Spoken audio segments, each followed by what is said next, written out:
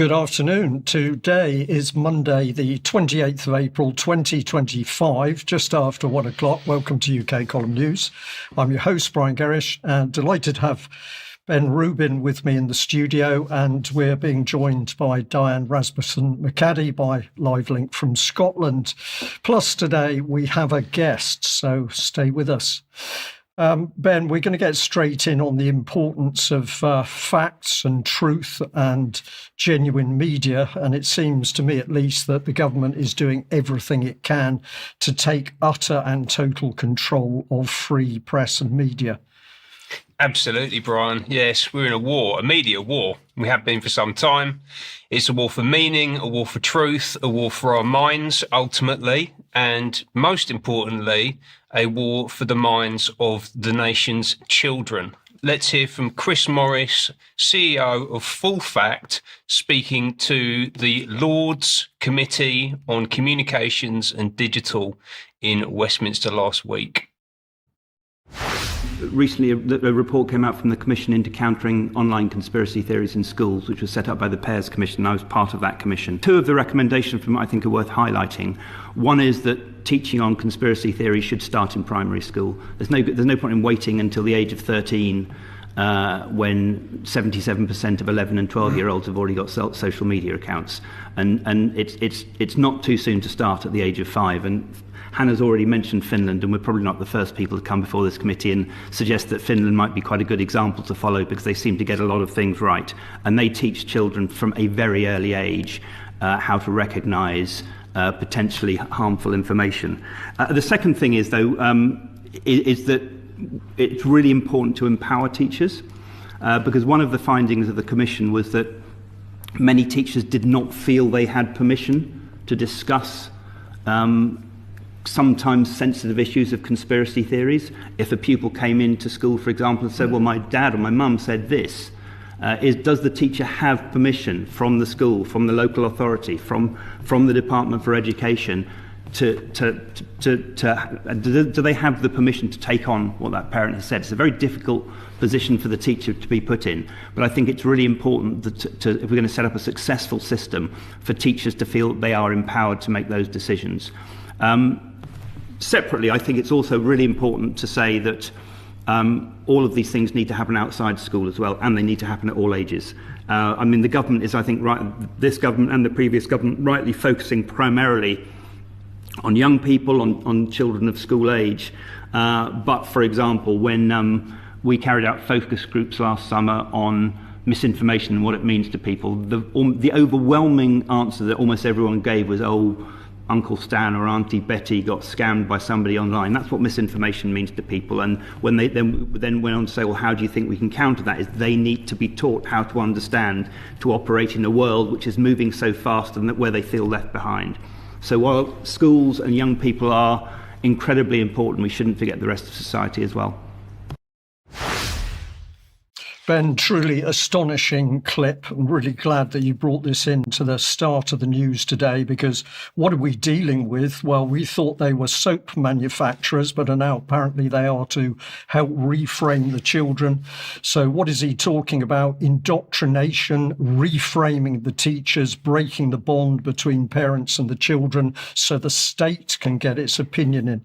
This is one of the most dangerous speeches that I've actually heard for some time, Ben. It's mind-blowing, isn't it? Mums and dads, uncles and aunties are the problem, and empowered teachers is the solution, and they're going to be able to make decisions about the re-education of your kids, essentially, and course-correcting them when they make misstatements or have misconceptions about the way that the world is. I mean, it's absolutely astonishing, to be honest with you, and also right the way down to 5-year-olds.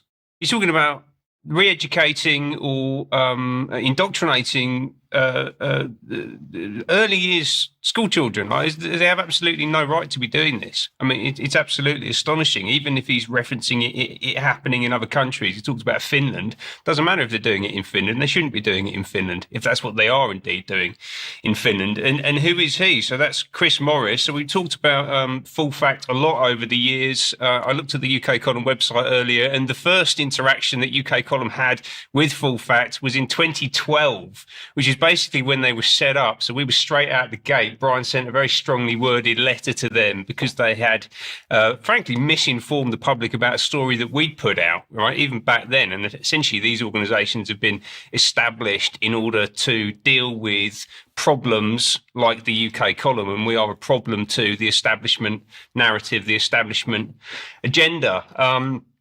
Diane did some excellent reporting on them last year. I recommend going to have a look at that. But essentially what we're dealing with here is the vested interests and the financial backing of the BBC, the World Economic Forum, the UN Sustainable Development Goals, Google, Meta, big tech companies, a bunch of supposedly charitable foundations like the Esme Fairbairn Foundation and others who are seeking to control the minds of the nation's children. Right. And they are not just informing policy. Yeah. So that's Chris Morris talking to the House of Lords in Westminster last week, obviously by information. They've asked him to come in and share his opinion. And he was very proudly the first fact checker at the BBC. And he was doing that role through COVID. So precursor to Mariana Spring and BBC Verify. He was the man who set that whole programme up. But he actually references this report, which comes from the Pears Foundation. That's the Pears family, the soap manufacturer of Pears Soap, very famously, and very wealthy family who now have a foundation dealing with these issues. They issued this report last year about countering online conspiracies in schools. We really don't want kids going on the internet and finding out information that is inconvenient to us. But they're not just advising on policy. You can actually see here this report was commissioned by these two individuals, Sir Trevor Pears, who's the scion of the Pears family, but also Sir Mufti Hamid Patel at the bottom, who subsequent to this report being issued has actually been installed as the interim chair of Ofsted. So he's actually now running the education system. And we're now going to hear a little bit about what is actually going on in the education system at the moment, what's happening with British children. Ben, thank you very much. Well, Diane, let's bring you into the news and let's have a look at what sort of society the government has helped create. Is it taking us into a better place? I would say no, but what have you got for us? Well, thanks, Brian, and hello, Ben, and it's good to be here today. I wanted to first of all cover today of course, we know about the Supreme Court ruling recently about saying that a woman is actually a biological woman. There have been protests taking place all around the country since the ruling took place, especially over the last couple of weekends. For example, here's an article from a local paper from up here in the north from Yorkshire. There was a protest in York over the weekend that happened on Saturday. This particular piece of propaganda called it peaceful. I heard from someone who was directly there on the ground in York on Saturday, found it very frightening. It was very large and the people were very angry. So what I'd like to do is I found some photos of some of the signs and the things that people hold at these protests. They show these large crowds, but here's one from Edinburgh that was in this place it's a website called The Canary. That was from the 19th, saying it was to rail against a ruling that was disgraceful and far-right fueled. So that's the bias presented by The Canary. But what's actually going on when you get into the crowds and into what's actually going on? Let's take a look, for example, at this video. This is a video from Edge of the Matrix, who was with us in Cheltenham and interviewed me about the LGBTQ books that are going on in libraries around the world. And this was him having a very heated debate with someone at the Manchester protest recently. That you're biologically male. You prove it now. What, do you want me to get my pants down? Yeah, I'd right. prove it. Even if you had a penis, it would prove that you were biologically male. Come in. How do you know that you have is it XY chromosomes? XX chromosomes? It's offensive. Okay, well you can... Because you are absolutely wrong. Okay. And you do not know what you're talking about. Okay. You do not live the life of a transgender male or female. No, I don't. You do not. So it's got nothing to do with you. Absolutely nothing to do with you. What this person wants to do, that person wants to do, it's got nothing to do with you. You say you want to live in a socially acceptable or free society. Yeah. This is a socially acceptable free society where you, whatever your beliefs, keep them to yourself. They don't impinge on what everybody else has to say about it or want to believe. That sign is so offensive to, in my opinion, most people in this country.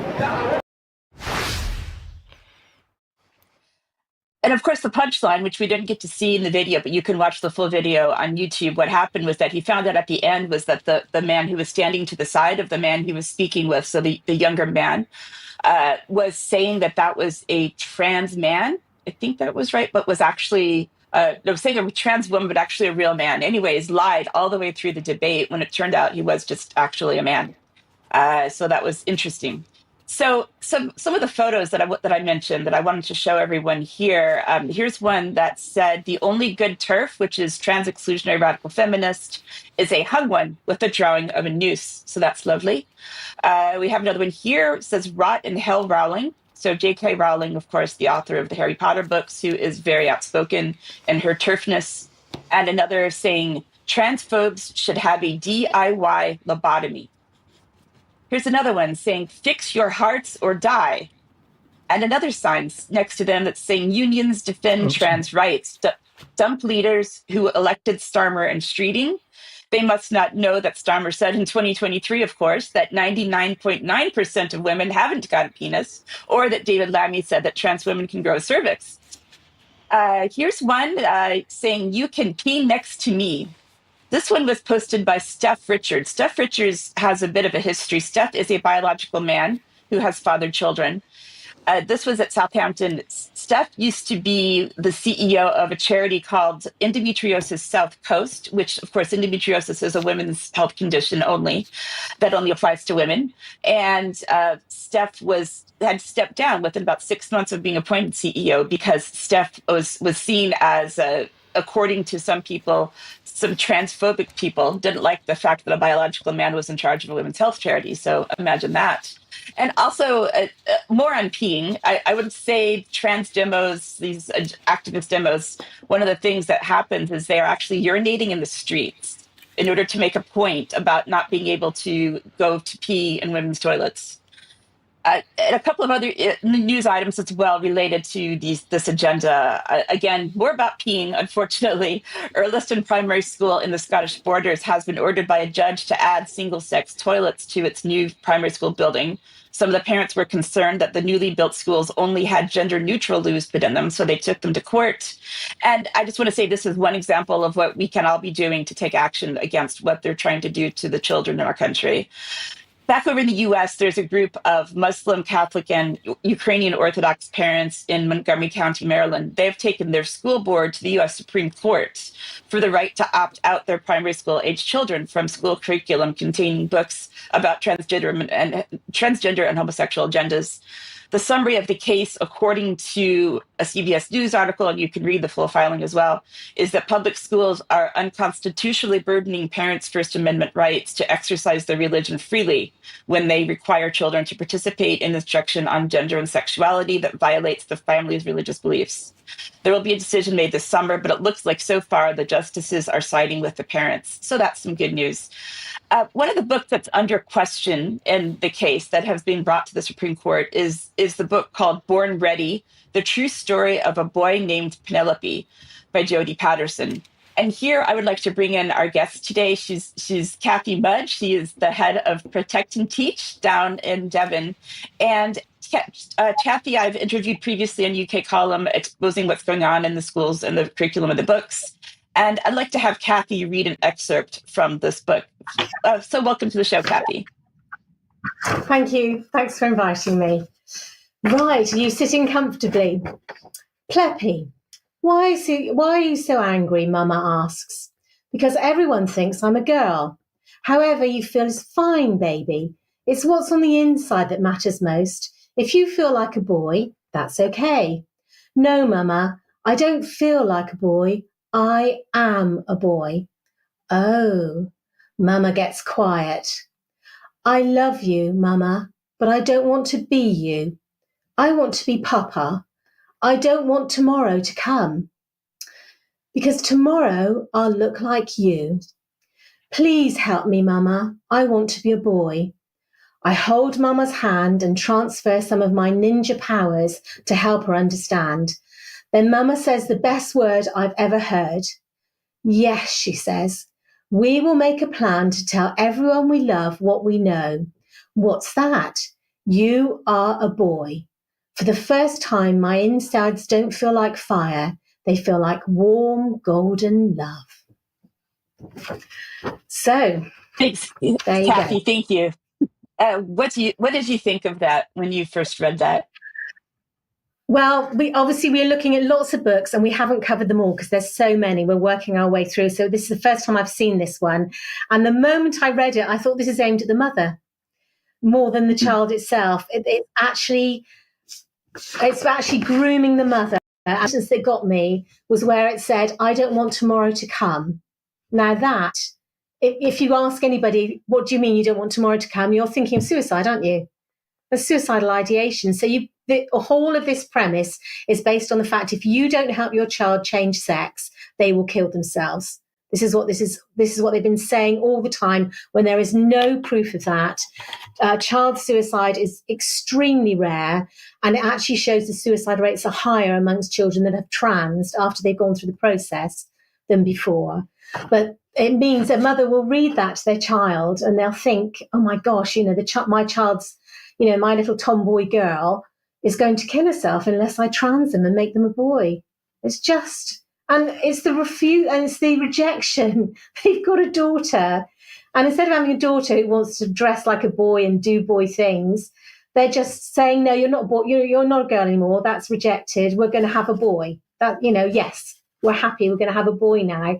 They're just rejecting the child's sex. It's just shocking, isn't it? It certainly is. It certainly is. Yeah, it is one of many. And that's, one of the things that I would encourage viewers who have not watched our interview previously, where we called out a lot of the content that was in certain books, and that it just scratches the surface of the amount of these books that are pretty much, from what I see, I occasionally go into Waterstones or W.H. Smith locally and look around in the children's section and the young adult section, and it all has some element of rainbows of it's okay if you don't even want to be a person. You can be a deer or a wolf if you want to. You can be whatever you want to be. And it starts, as we see, very young with these picture books, and it just gets more and more advanced and complex and in depth as we go further into the age of the child. So by the time that you're in the young adult section, you're seeing queer romances, sexual relationships, things that, and you didn't even see that. I would say when I was a child, even, a romance that for a teenager didn't have any sort of really explicit sexual content. It might have had, oh, I like this boy. Should I ask him out? Are we going to have a date? But it wasn't anything this explicit until you got into adult fiction. And I think something that's really important for us to highlight, as you will know as well, is that the age range doesn't actually indicate appropriateness of content, if that's correct, right? It's only about the reading level. Is that how you understand it as well? Yeah, that's a big issue. They're looking at the words, and a lot of these authors have dumbed down their wording so that they'll make it acceptable for a 9-year-old. We had an 11-year-old girl who came home from school with a book about anal sex in graphic detail that was beyond my comprehension, and I'm an ex-nurse, and the wording and everything, but it was all done in very childish language, like poop was mentioned a lot. So they basically, that book has a rating for a 9-year-olds plus because of the vocabulary in it. It's rated by the publisher.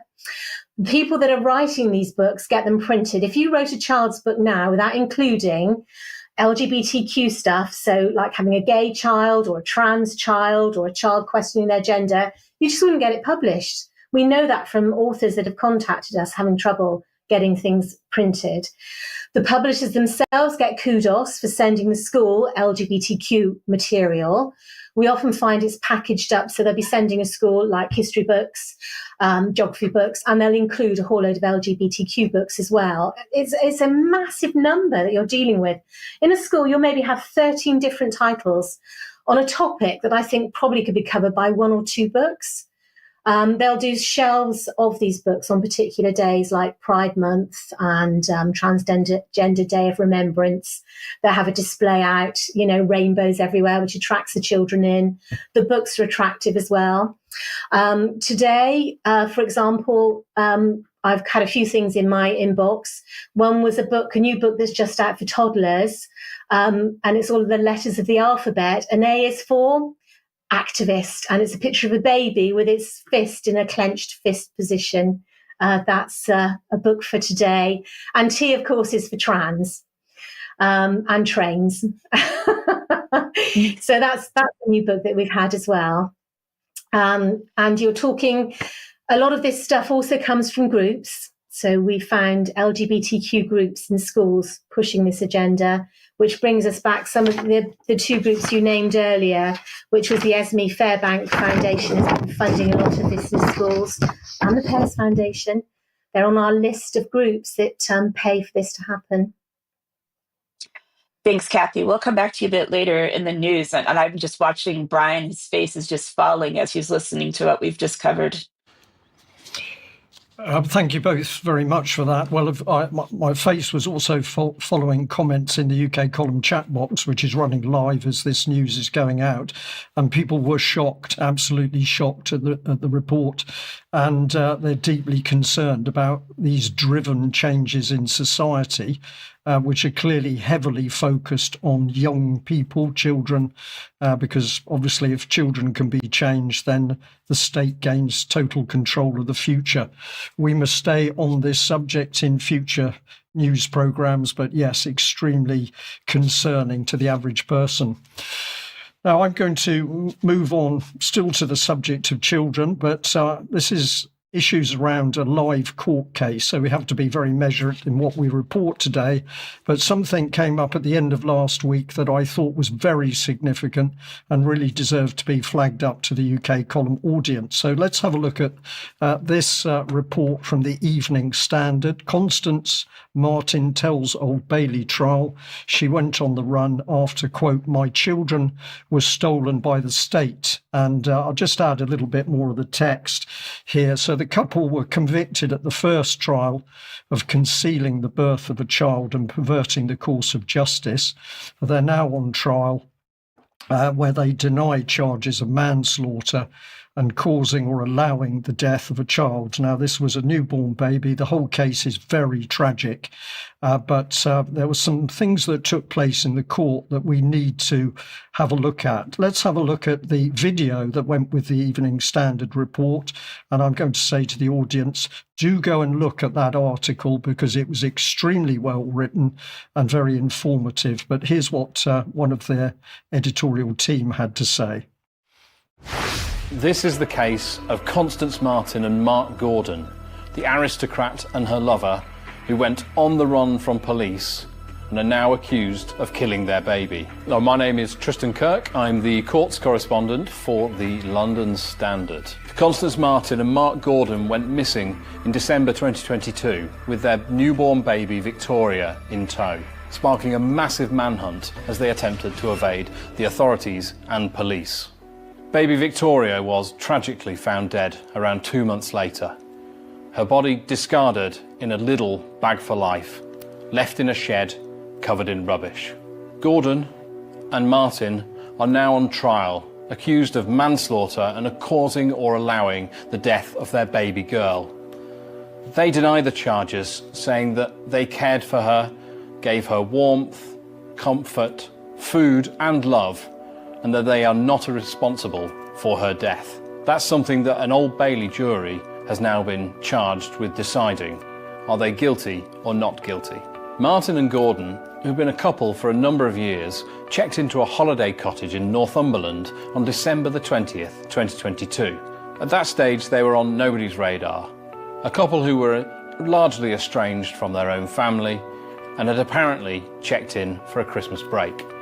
But when they left, the property was in a mess, and there were signs that it was possible a baby had been born. During the course of the police investigation, detectives have pieced together sightings of Martin and Gordon on their travels over the course of late December and early January, as they're trying to explain what they did and why. Obviously, that video is out in the public domain, so we can show it to our audience quite happily. Note the hypnotic music, however, and I don't know why they felt that was necessary on such a serious report. But let's just go a little bit into what happened in court, and I'm using their own statements from the article. Let's have a look. So this is Constance Marten, and she said, my family, she was talking about the family, my family never accepted my relationship with Gordon, a male partner. They were the ones who instigated my children being taken away.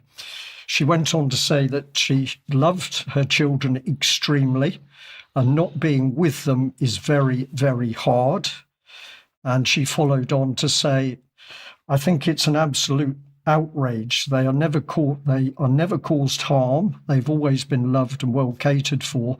So the decision was an outrage. What is she talking about? She's talking about previous children, 4 of them being taken away from her by the state. But this is where the report of the Standard is extremely interesting, because Constance Marten went on to say this: when my children were stolen by the state. And as she did this, the judge responded. So this is Judge Lucraft, KC, who's actually Recorder of London.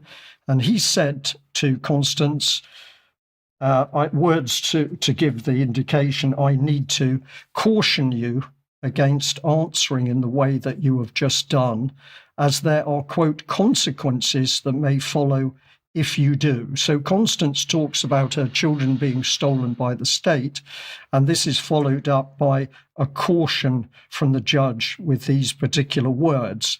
Now, it is sensitive because the case is running, so we can't say too much about it. But Constance went on to say of a partner, I love him very much. I wouldn't have 5 children with him, live with him, be with him if I didn't. He is very dear to me. And she also went on to say that they went off grid after Victoria, the latest baby, was born, to, quote, stop her being taken into care in the same way that the other 4 children were taken away.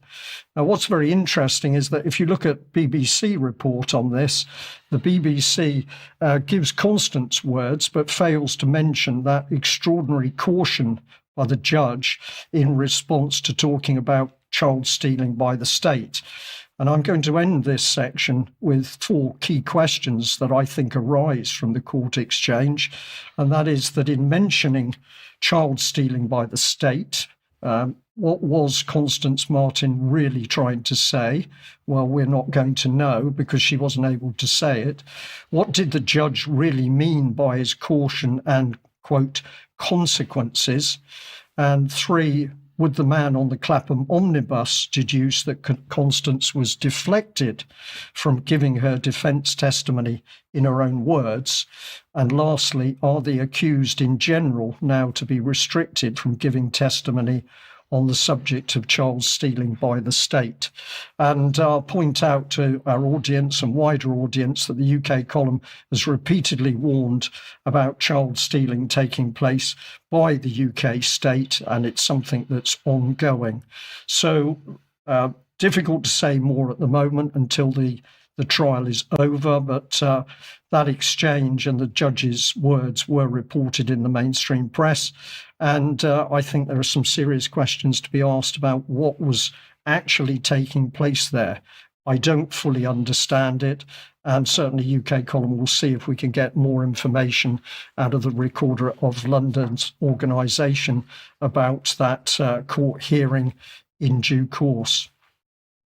Well, let's move on to UK column adverts. And first of all, as always, we'd like to say if our audience likes what the UK column is doing, then please support us, make a donation or join in via a monthly or annual or lifetime membership. This gives us the financial base to allow us to do what we're doing. You can always purchase something from the UK column shop. And we always like to point out that we do have Clive de Carle healthcare products. If you'd like to buy those, we get a small percentage from the sales. Most importantly, we're doing what we're doing in order to share information and to circulate information and facts, not only in UK but worldwide. So please help us out with that, because it's clear that we're shadow banned on many channels. Now, we've got a number of very good events coming up. Tonight at 7 o'clock, the World Council for Health is putting out this pandemic treaty without public consent panel. So if you go to their website, worldcouncilforhealth.org, you can see the details as to how you get into that. But I'm sure it's going to be exceptionally informative, and of course people continuing to press to get information and facts out about what took place around COVID. Now, tomorrow at 1 p.m, we've got an interview with Sam Sorbo. This is with Sam and Charles Mallet about the critical distinction between schooling and educating and the choice-facing parents confronted by the ills of the system. Do go and do have a look at that tomorrow. I'm also going to give you the heads up that we've got an audio interview coming out, because we're getting very interesting information from Christians in Cornwall who are talking about the destruction of the Church of England. And I have to say, we've now reached the position where Christians are so frightened about their own church that this will be an anonymous interview with the identity of the person completely changed because of what they say is increasing venom and unpleasantness inside the Church of England to anybody who dares speak out against the change policies. Now, Saturday, the 3rd of May, we've also got a very interesting presentation by William Katie, which is Natural Law, Remedy or Ruin, It's Our Choice. That's Saturday, the 3rd of May, Stowford Community Centre, Sidmouth, so you can have a look at that. We've also got May Bank Holiday, 23rd to the 26th, that's Stand in the Light, which is up in Cumbria, a really great event. We have also got the Thetford Truth and Freedom Beer Festival. That's a mixture of socialising and talks, Friday the 18th to Saturday the 19th of July 2025. The Angel Inn, Swallow Lane, Larling, NR16 2QU. And we've also got some articles here, and I think, Diane, we'll bring you in to just take us through the articles that UK Column is putting up on the website. We encourage many, many more people to get in and read these articles. I think a lot of people watch video, but they don't realise the amount of really excellent written material that UK Column is putting out. Diane. Yeah, thanks, Brian. It's really important to be looking at all of this excellent written content that we're getting in, and I guess I'm biased as the commissioning editor for written content, but I have to say that a lot of these articles that I'm going to show you here are from members that have just been doing their own research and doing wonderful things. So if any members out there would be interested in writing an article, we do operate on a fee scale. So please get in touch with me if you would like to write something for us. So these are just the articles that have been published in the last couple of weeks since Easter. This first one is Welfare Cuts for Warfare, How the UK Government is Punishing its Most Vulnerable to Funnel Billions to Ukraine by Radika. The next one we have is US Government Fights Transgender Movement. This is by Cornelius H. van den Hoven. This was originally published in Dutch, and Alex Thompson worked with me to get this translated into English. The next one is Lawfare in a Higher Gear by Andrea Passo. I hope I'm saying her surname correctly. I actually met her in Cheltenham, and a discussion at our event led to her getting published with us. So that was excellent. The next one is someone we all know and love, Mark Anderson, Beyond Vax Dangers, Other Big Pharma Products Mired in Lawsuits for Fraud, Cancer, and Other Major Health Impacts. It's a lot of very important information, medically speaking, in this article. The next one we have is The Crisis of Culture by my friend, Dr. Stuart Waiton, who's the chair of the Scottish Union for Education. George Orwell's 1984 is definitely in place for this particular article, so be warned in advance. The next one is The International Commission of Jurists and the Rape of the Children. This is by Mark Tarrant, who is a lawyer in Australia and got in touch with Brian. It's a short article, but some very important information in that one as well. We also have Secret Society Dedicated to New World Order, the Fabians by Professor Gloria Moss. Now, this is a very, very important article, and this was just published yesterday, and I've already getting these excellent comments on Twitter and in our member forums as well. So at World's End replied to this and said, "Surely the greatest article I've read all year. I expect more to come on this from the fabulous, much shared, much loved UK column. You are real bulldogs among us. I am so personally grateful you exist. Thank you." And to Diane Bin Rubin, 21 Wire, that's Patrick Henningsen, Alex, and others. And also Dr. Wasim, I'm not sure who that is, but said that he was beyond stunned by your expose of the Fabians at the heart of the Labour Party and current government. I would recommend everyone to read this article before the elections that are coming up soon, because once you read this, you will definitely not want to be voting Labour.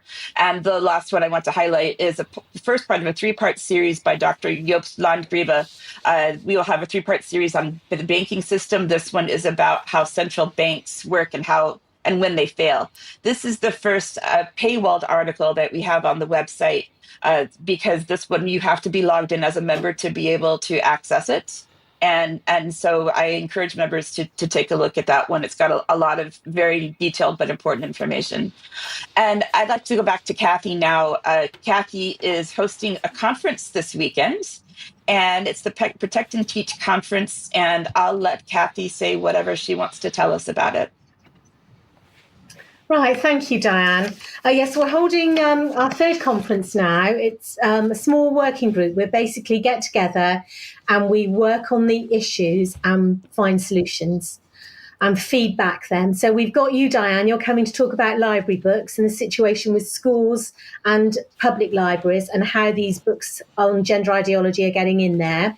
We've got Professor Gloria Moss, who's going to come and talk about biological sex and the transhumanist agenda. So that will be very interesting. Emma Thompson is coming. She's the daughter. Her father transed about probably 20, 30 years ago, and living as a child and being brought up by a man who says that they're now their mother. We're talking about judicial review. We're also talking about working on the streets, how we go out and talk to people about this issue, how we're working in schools. We're talking about binary biology as well. We've got a speaker on that, trying to look at the school curriculum and what teachers are actually teaching now. So it's Bristol based. Our website and our email will be listed, so you can get in touch with us directly if you'd like to come. It's free, donation on the door. Thank you. And how many spaces? Thanks. And how many spaces are left for the conference? Can people still sign up? Yeah, we've got spaces, so absolutely you can sign up. The nearest train station is Bristol Parkway, and we're just off the motorway junction near Bristol, so we're not actually in Bristol city centre. So if you'd like to pop down on that day, from 10 till 4. And if I can tempt people further to come to the conference, I have some of these new I Love CO2 badges with ukcolumn.org on them. They are currently not available in the shop. They will be shortly. But if you would like one of these badges, please come meet me at the conference, and I might just give you a free badge saying I love CO2. Excellent. Diane and Kathy, thank you very much for that really interesting segment. And Kathy, really great to see all of the activism that is clearly increasing across the country. And I think this is one of the key reasons why we're now seeing, I think it's panic starting at the higher levels of control. But we still need to understand who these people are, what their policies are. And Ben, I think you can take us into more of how this cabal is doing their pretty evil business. Absolutely, yes. Well, their policy is total control of everything. That's really what they're aiming for. And that is slavery, ultimately. And if you don't feel like a slave right now, then you will do soon enough. We've shown this chart a few times before, shows the concentration of wealth into the hands of the 1%. It's doubled from 1962 to 2014 based on these statistics, and that trajectory, it's probably up at about 85% now. And we know that by 2030, they want to get it to 100% of ownership by the 1%. We will own nothing and be happy. That is essentially a slave system, and it's enabled by an overseer class I'm going to talk about the overseers today. One who oversees or superintends workmen, especially slaves. One who has charge under the owner or manager of the work on a plantation. So for today's purposes, Europe is the plantation. We are the slaves. The owners are the global investment funds and the billionaire class. And this man is an overseer. This is Tunde Olanrewaju, who is a British man of Nigerian extraction. He's a trustee at Oxfam, one of these improbable career trajectories that we talk about, Brian. He's a member of the Imperial College Council, so slap bang in Bill Gates territory. He's on the board of Innovate UK, which is one of the primary mechanisms for driving the transformation agenda out of central government in the public-private marketplace to completely change our society. He's also a member of the UK Government Industrial Strategy Advisory Council, very influential, powerful guy. And most importantly, he's a senior partner at McKinsey and Company, the global strategy and consulting firm that is a strategic partner of the World Economic Forum. He's been there for 23 years, man and boy. He was at one point the global chief technology officer, so a very important role in the firm in an increasingly technology-enabled system that we're in. Interestingly, he was managing partner of UK and Ireland and Israel. So interestingly, as part of the government's 2030 integration agenda, there's a kind of a counterpart happening out in the marketplace with organisations like McKinsey in particular, basically merging their Israel and UK operations, which I think is quite an astonishing thing. And he was in that position from 2022 to 25. And he's just been bumped up into the top job in Europe, interestingly. So he's done a great job there, apparently, earning lots of money for the firm. And he's now the managing partner for Europe for McKinsey. And he put out this little statement. There's just an excerpt here. I'll put a link to it. You can go and read the whole thing. It wouldn't be an exaggeration to say I step into this role at a dynamic time for Europe and our clients. Powerful forces are redefining industries and shifting the foundations of national competitiveness. There is an increasingly urgent need to boost productivity, strengthen Europe's competitiveness, build new European champions, and ensure the region continues to lead on the global stage. That's his big message. And actually, very helpfully outlined 5 key recommendations, what he calls imperatives for corporate leaders. And I think the language here deserves some scrutiny. An imperative is a command, right? So he's essentially dictating to corporate leaders, and that means the people running multinational corporations. So this is FTSE 350, global brands. McKinsey work at board level with about 90% of listed firms, right? So this message is going right to the top, to the boardrooms in the corporations who are essentially enabling this huge economic transition that we're going through. And that guy, Mr. Tunde, is setting the pace. He's calling the shots. He's telling them what to do.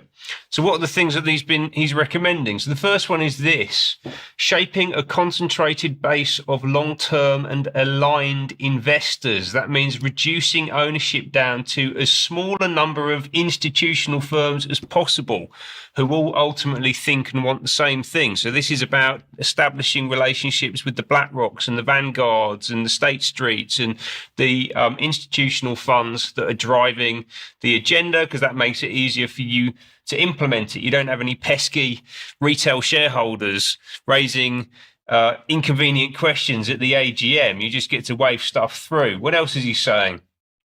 We need to align ambition with management and board incentives. So that's basically using pay and stock to incentivize your leaders to do what you want them to do. So that's management and board, not the workers, importantly. So this is about getting the rest of the overseer class in the plantation aligned with what the owner class and the other management people want them to do.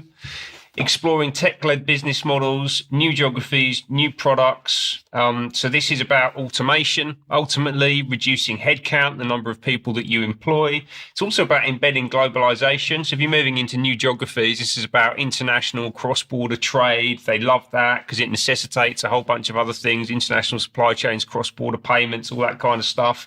And also it's about increasing the number of people that you compete with. So if you're delivering new products and services, it means that you're competing with other other firms, that means that there's less opportunity for new entrants to come to the marketplace. Essentially, this is the consolidation of the corporate profit platform. That's what's going on here. Partnering with innovators to make bold investments in technology. So this is about working in partnership with big tech, NVIDIA, Microsoft, you know the names, and all of that will be facilitated by McKinsey, who will earn a lot of money from cutting those deals. And then finally, purposefully reskilling the workforce. All right, so this is about driving the people, the slave class, essentially, the workers who don't own a thing, to become ever more tightly embedded with and subservient to technology, in particular AI, right? And the AI is basically, if we're going to continue with our overseer analogy, that is the whip in the hand of the overseer. That's the AI, right? That's essentially what that's doing. Yeah. Pretty crazy, actually, you know, to see the how much they sort of distill it down to just 5 key points, but there's so much in there.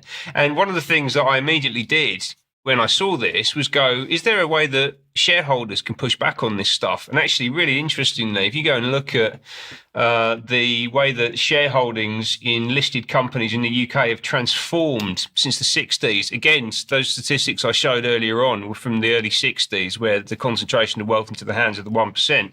You can actually track that really neatly and show that the amount of shares owned by individuals in these big listed companies has gone down from over 50% to just over 10% over a period of about 60 years, right? And that essentially means that all of the power in the markets has been taken away from individuals and small shareholders, and actually is now in the hands of institutional investors, but importantly, non-UK and non-European based institutional investors. So actually, the economic system is completely out of our hands, and there's no recourse within the existing system. So essentially what we need to do, and I talk about this a lot, is so far as possible, and this is not always that easy to achieve, we need to take our business, vote with our wallets, get away from listed companies completely. Yeah, we get away from the FTSE. Yeah, go and have a look at who's listed in the FTSE. You know the names. They're on the high street. They're on your TV screen. Stop buying from them. Yeah, because what they're doing is implementing this totalitarian agenda that your man Tunde there is dictating terms around. Right. And this Ben, is absolutely stripping the wealth out of the UK. Oh, yeah. As a nation state, and what a simple graph that is. Yeah, stripping wealth, stripping intellectual property, all agency and sovereignty, yeah, you know, in the market. And a similar thing is happening in the political system as well, right? And and as I say, it's not just the market; it's also government. And actually, if I just go back to the full post that we can see here, this is what he shared. You can see that he gets a little shout out from that guy. Outstanding! You will rock as usual. Go Tunde. That's from Paul Wilmot. Who's he? Well, he's another senior McKinsey guy. So he was managing partner for McKinsey Digital, 96 to 2019. So actually, at some point, he probably would have been Tunde's, maybe his boss, certainly a close colleague. He was also Chief Digital and Information Officer at Lego, interestingly. Lego, there's some fascinating stuff, actually. When you really dig into what Lego's done and is doing in terms of kids' development, like there's a whole show we could do there. But also, of course, he's slap bang in the middle of UK government. So he was the chair of the UK Government Digital and Data Office. Yeah, so you've got Tunde in the market, this guy in government, their colleagues, they've worked together for years. And as I spoke about a couple of months ago, I think it was, UK Government Digital and Data Office has been completely transformed by former McKinsey people and is now completely owned and operated by Amazon, essentially, right? So these people have just gone in and taken all of our national assets. And he's still in there. That role ended back in January, but he's still a non-exec at DCIT. Overseeing the transformation agenda, right? And this is what's happening in the countries, what's happening in the market. And I don't want to over egg this too much, but I do think that it's worth dwelling on the point that we now have a Nigerian guy essentially dictating economic policy across the whole of Europe. And I do wonder, like, how appropriate that is. You know, should we be celebrating this? Should we be pursuing this as a course of action? And to his credit, I think I haven't actually seen Mr. Tunde talking too much about these kind of divisive racial issues, but actually his predecessor at McKinsey has done a lot. And that's this lady, Dame Vivian Hunt, DBE. So she was a senior partner at McKinsey and Company. She was the life sciences lead for 6 years, so helping the global pharmaceutical companies make a lot more money. She was then managing partner of UK and Ireland, and having left there, went to become the chief innovation officer at the United Health Group. So this is one of the biggest healthcare companies on earth. I think it's the fourth richest company in the US. Like extraordinarily powerful and wealthy. She's also on the Trilateral Commission. She loves playing these racial games. So Powerless Foundation, most influential black woman in Britain.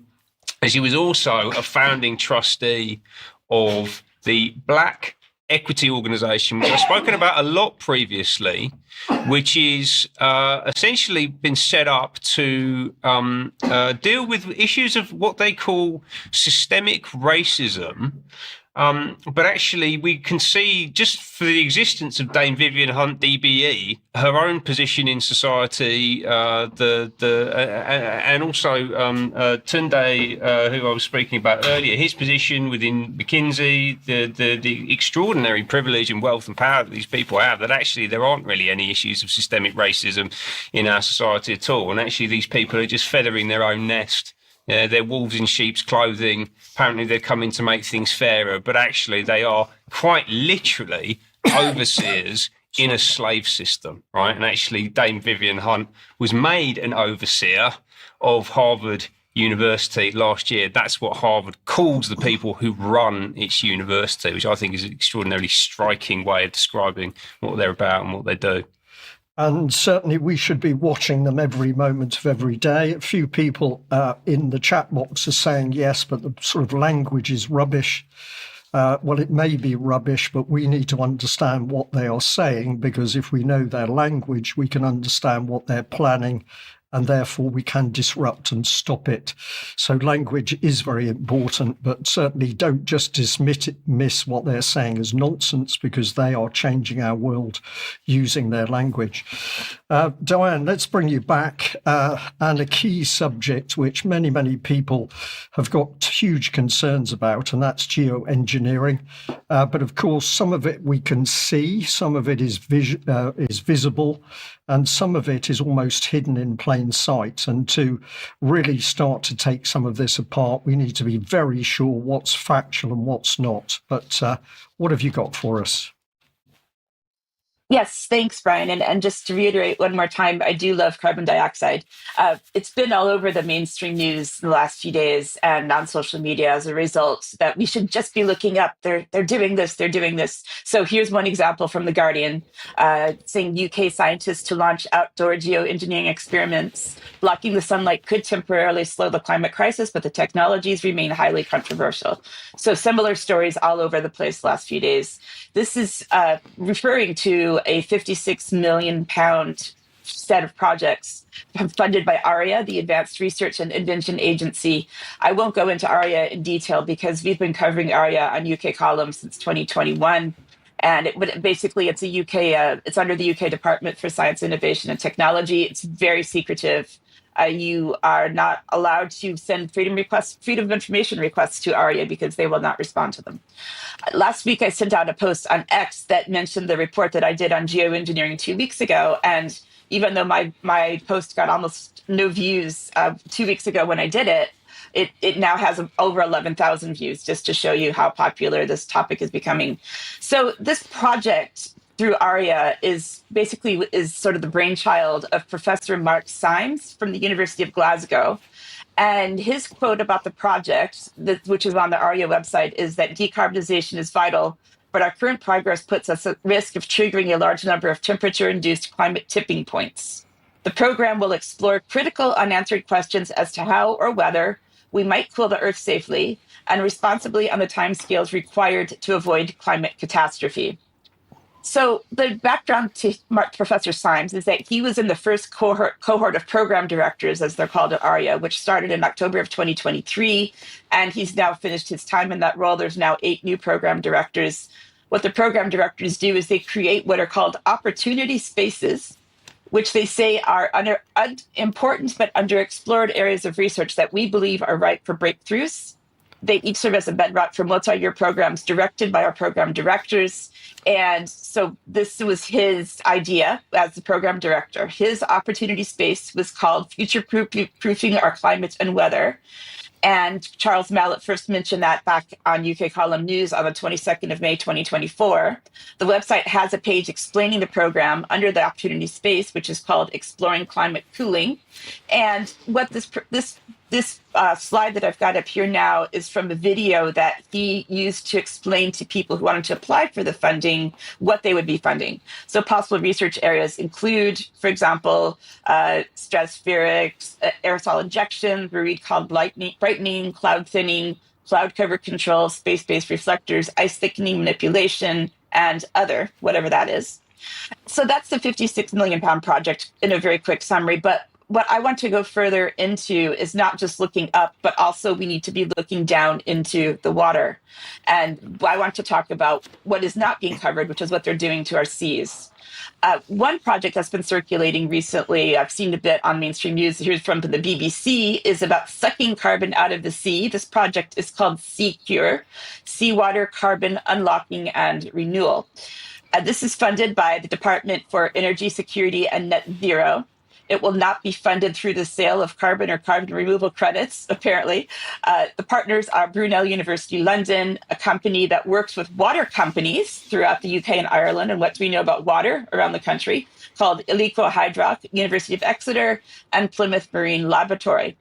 Professor Tom Bell is of Plymouth Marine Laboratory, right down the street near you, Brian and Ben. He said that SeaCure is a project investigating an ocean carbon dioxide removal technique that involves using the natural processes of the ocean like a sponge, wringing out the sponge to remove the carbon to be stored geologically, and then releasing that low carbon water back into the ocean, where it sits and absorbs the carbon dioxide from the atmosphere, and thus releasing carbon dioxide levels in the atmosphere.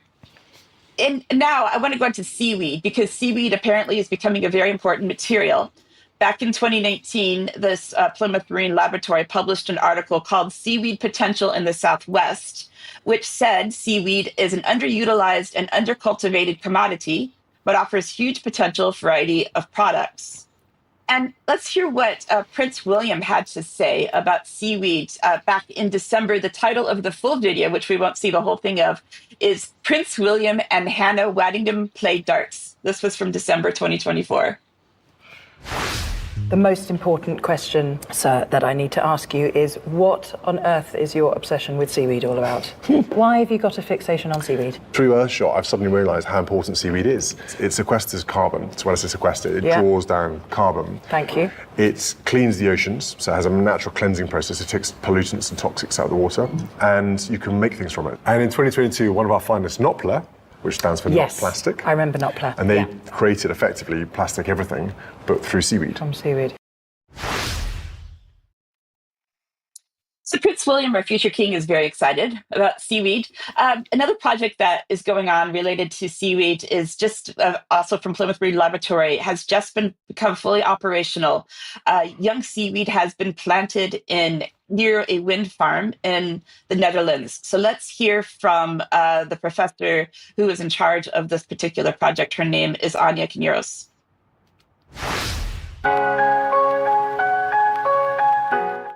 So this is a particularly exciting project. So what we're doing is we're looking at a potentially large-scale activity of seaweed farming offshore. And what we're trying to do is try to understand the potential to grow that seaweed offshore using wind farms as the infrastructure supporting them, and trying to understand what is the capacity of that business and what are the carbon fluxes associated with it and the potential biodiversity value. Seaweed in particular have received a lot of attention in the last decade because they have very high rates of CO2 absorption. So they are one of the main sinks of CO2 in the ocean in terms of rates per gram of biomass. However, the challenge with seaweed is that the seaweed in themselves don't sequester carbon, so they don't hold the carbon for a very long period. And so the challenge here is to try and understand what happens to seaweed carbon in the long term.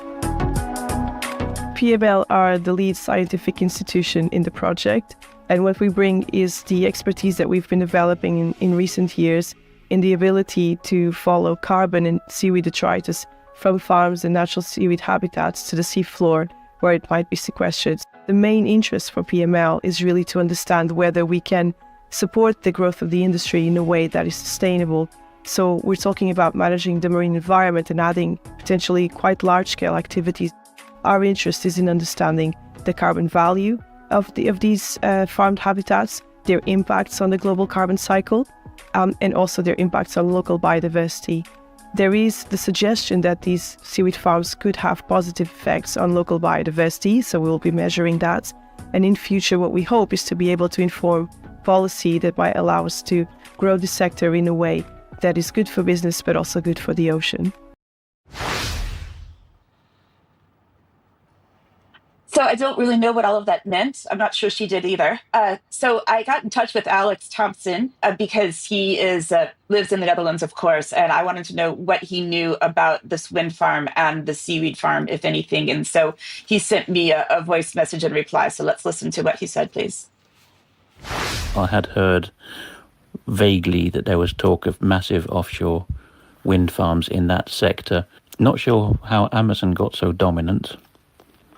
I do know that the Belgian sector of the shallow North Sea coast, so just south of where these are going up, in the southern Dutch sector, the Belgian sector in some parts is a chemical soup and increasingly toxic because a lot of First World War munitions were dumped on the continental shelf there, and after 100+ years the cases are starting to rot and all kinds of goop is leaking out in a massively busy shipping lane.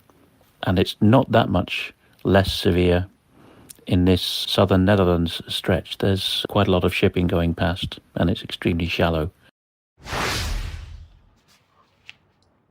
So really not good news about the chemical information there that he shared. The reason he mentioned Amazon, I should have said before, is that Amazon is actually funding this project with the seaweed farm for whatever reason. They have a climate change fund that they decide what they're going to fund on that. So moving on from there, I just, again, want to encourage people to look at official good sources and not get panicked, not get emotional. The Met Office does have a position on geoengineering research on their webpage. They do say that their contribution will be based on, that was my emphasis, simulations using climate models. We do not advocate or provide context for real-world physical experiments. So maybe just have some questions there about what their contribution is, not they say what it is based on, but what is the contribution? Just this morning, I was watching Wake Up with Sonia Poulton, and she had a guest on who mentioned this particular report, Dan Stevens. This is from the House of Commons, the regulation of geoengineering. This was printed in March 2010. I haven't read about it because I just heard about it, but I would take a look at that as well. It's 116 pages long, so that will give you something to look at for sure. And there is a petition that has been circulating. It took a while to take some traction, but I think because of all the mainstream coverage, it's really gone out there. Last time I looked this morning, it had around 85,000 signatures. And so we want to at least get it to 100,000. But at the same time, will they do anything? Probably not, because this all ties in with them meeting the goals of the Paris Agreement. So whether or not it will make a difference, we don't know, but we have to try. And just finally, I'd like to end on this meme I saw over the weekend. You see all of them laughing at us. First, we'll force them to rely on solar farms for electricity. Then we'll block out the sun. Great. We have to laugh, Diane, but overall it is unbelievably serious to see what these people think they can do, which is control the world, control space even. We have to stay on top of it. We have to keep reporting what the real facts and information around this is. And of course, people have to become active. So once again, I'm going to say, Kathy, who was with us today, one of those people who's out and about doing things.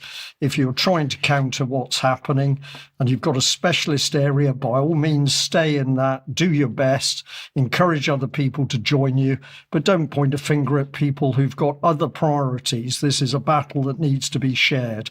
And if we work together as one big team in nation states and across the world, we can do something to stop this appalling agenda. Let's end there. Thank you all very much for joining me today.